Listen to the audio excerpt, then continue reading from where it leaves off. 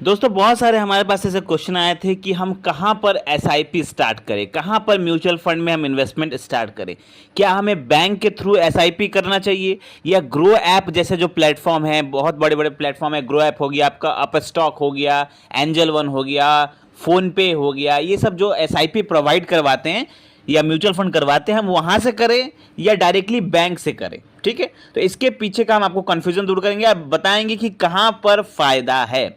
अब देखिए, अगर आप बैंक में जाते हैं एसआईपी करवाने के लिए, अगर आप बैंक के थ्रू करते हैं तो वहाँ पर ऑलरेडी लोग होते हैं जो आपको सजेस्ट करते हैं कि हाँ आप इस फंड में इन्वेस्ट करिए, आप ये फलाना फंड में इन्वेस्ट करिए, इसमें पैसा लगा दीजिए, इसमें पैसा लगा दीजिए। और वो लोग आपको कहीं ना कहीं इन्फ्लुएंस करते हैं कि आप इस फंड में इन्वेस्ट करें। और बैंक का हमेशा आप एक चीज़ ध्यान रखिएगा, मैं आपको डाटा भी दिखाऊंगा, एक चीज़ ध्यान रखिएगा कि जो वहाँ पर म्यूचुअल फंड जो सेल करने के लिए जो लोग रखे रहते हैं, उन्हें एक टारगेट बेस्ड फंड्स दिया जाता है कि आपको महीने में इतना का इस फंड में इन्वेस्ट करवाना है।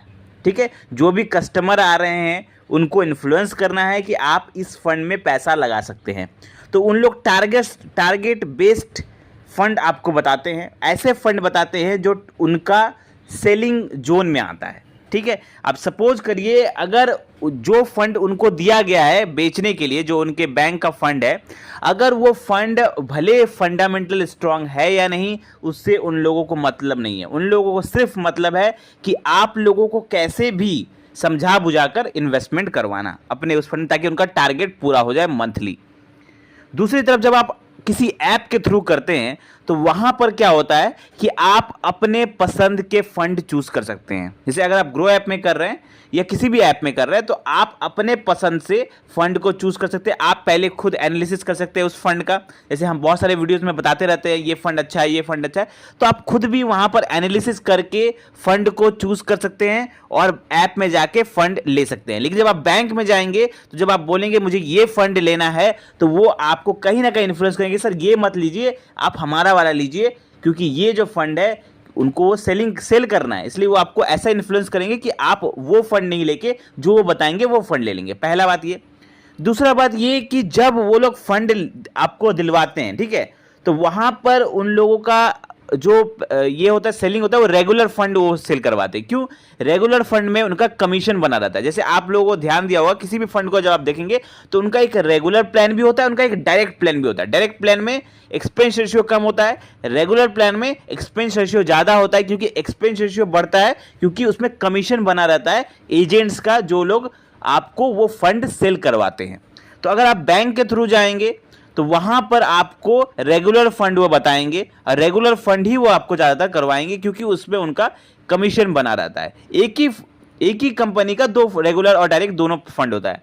ठीक है, तो इसीलिए जो आपका एक्सपेंस रेशियो जो बढ़ जाता है, जैसे 1% के आसपास एक्सपेंस रेशियो आपका बढ़ जाता है अगर आप बैंक के थ्रू करते हैं, और अगर आप डायरेक्टली करते हैं एज कंपेयर टू, तो आपका बैंक के थ्रू जब आप करते हैं या किसी एजेंट के थ्रू भी करते हैं, जैसे बहुत सारे ऐसे हैं जो म्यूचुअल फंड डिस्ट्रीब्यूटर हैं, एजेंट हैं, और जिन लोगों का प्रॉपर एक ऑफिस है वहां पर वो लोग म्यूचुअल फंड सेल करवाते हैं, एजेंट है वो लोग, घूम घूम के या एडवर्टाइज करवा के, तो वहां पर भी आपका कमीशन जो रहता है ना वो थोड़ा ज़्यादा रहता है। तो वहां पर आपका कमीशन आपको लग जाता है 1% के आसपास, आपका एक्सपेंस रेशियो बढ़ जाता है। अब वो कितना बड़ा अंतर लाता है मैं आपको एक कैलकुलेशन दिखाता हूं। सपोज करिए कि आपने किसी ऐप के थ्रू डायरेक्टली इन्वेस्ट किया 5,000 रुपए का एसआईपी, और आपको 15% का रेट ऑफ रिटर्न मिला, 25 साल आपने एसआईपी कर दिया। आपके सामने कैलकुलेशन दिख ही रहा होगा। तो वहां पर आप देखिए, अगर आप डायरेक्टली ऐप के थ्रू कर रहे हैं तो आपका पैसा बनेगा तकरीबन, अगर 15% का रेट ऑफ रिटर्न मिलता है तो आपका पैसा जमा होगा 15 लाख रुपए, आपको तकरीबन 1-1.5 करोड़ के आसपास आपका यहाँ पे वैल्यू बन जाएगा। ठीक है, 1,49,00,000 के आसपास यहाँ पे वैल्यू बन जाएगा। वहीं पर अगर आप बैंक के थ्रू करते हैं या किसी एजेंट के थ्रू करते हैं, किसी डिस्ट्रीब्यूटर के थ्रू करते हैं, तो क्या होगा, तो आप 5,000 का ही आप एसआईपी कर रहे हैं, 25 साल के लिए आपने यहाँ पे भी किया, सब कुछ सेम है, आपने फंड भी सब कुछ सेम किया, ये फंड भी सेम है, ये फंड भी सेम है। बस अंतर ये है कि आपने ये खुद से डायरेक्टली किसी ऐप के थ्रू किया और यहाँ पर आपने बैंक के थ्रू किया या किसी एजेंट के थ्रू किया जो आपको रेगुलर फंड थमा दिया आपको। तो वहां पर आपका एक्सपेंस रेशियो बढ़ गया। अब एक्सपेंस रेशियो बढ़ गया 1% के हिसाब से, तो आपका रिटर्न भी यहाँ पर 1% कम यहाँ पे हम लोग को देखना पड़ेगा। तो 14% हम यहाँ पे रेट ऑफ रिटर्न पकड़ते हैं। 25 साल का टाइम पीरियड, वही सब कुछ सेम है। 15 लाख यहाँ पे भी जमा हुआ, 15 लाख यहाँ पे भी जमा, लेकिन यहाँ पर वैल्यू आपका बन रहा है तकरीबन 1,36,00,000 रुपए। वहाँ पे बन रहा था आपका वैल्यू 1,64,00,000 रुपए। सॉरी, मैंने यहाँ पे डायरेक्ट वाला में मैंने थोड़ा यहाँ पर रिटर्न देख लिया था। वहाँ पे आपका वैल्यू पे गौर करिए, 1,64,00,000 रुपए यहाँ पर आपका बनेगा 25 साल में, 1,64,00,000 रुपए डायरेक्ट वाला में, और यहाँ पर आपका रेगुलर वाला में बनेगा 1,36,00,000 रुपए। तो अगर आप दोनों का अंतर देखेंगे तो डिफरेंस आता है 27 लाख रुपए से ज़्यादा का डिफरेंस आ रहा है। मतलब ये 27 लाख रुपए आपका कहीं ना कहीं कम होके आपको मिलेगा। अगर आप किसी बैंक के थ्रू या किसी डिस्ट्रीब्यूटर के थ्रू करेंगे उसी फंड में, तो आपका एक्सपेंस रेशियो बढ़ जाएगा। वो एक्सपेंस रेशियो लॉन्ग टर्म में आपको 20 से 30 लाख रुपए तक का नुकसान देगा। जैसे यहाँ पे देखिए, आपको 27 लाख रुपए तक का नुकसान देखने को मिलेगा, क्योंकि आपको वो पैसा कम मिलेगा, क्योंकि वहां पर आपका एक्सपेंस रेशियो बढ़ जाएगा।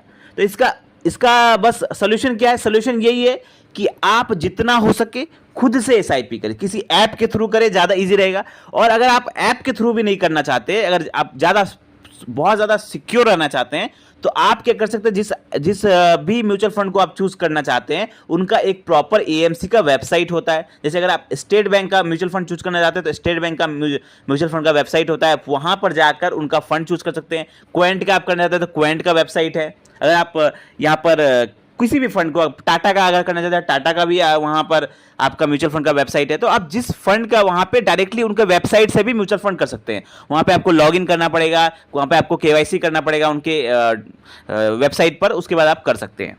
और अगर आप ऐप के थ्रू करते हैं तो ऐप के थ्रू थोड़ा आसान हो जाता है सब कुछ देखने में, लेकिन आपकी मर्जी, आप किसी भी ऐप के थ्रू कर सकते हैं। यहाँ पे किसी भी मैं ऐप को रिकमेंड नहीं कर रहा, बस मैं बता रहा हूँ कि ऐप के थ्रू करने से आप खुद से फंड चूज कर पाएंगे, आपका एक्सपेंस रेशियो कम रहेगा, और आप कहीं ज़्यादा आप यहाँ पे लॉन्ग टर्म में आपका 20 से 30 लाख रुपए तक का नुकसान होने से बच जाएगा। तो आई होप मैं जो बताना चाहता हूँ आप लोगों को समझ में आया होगा।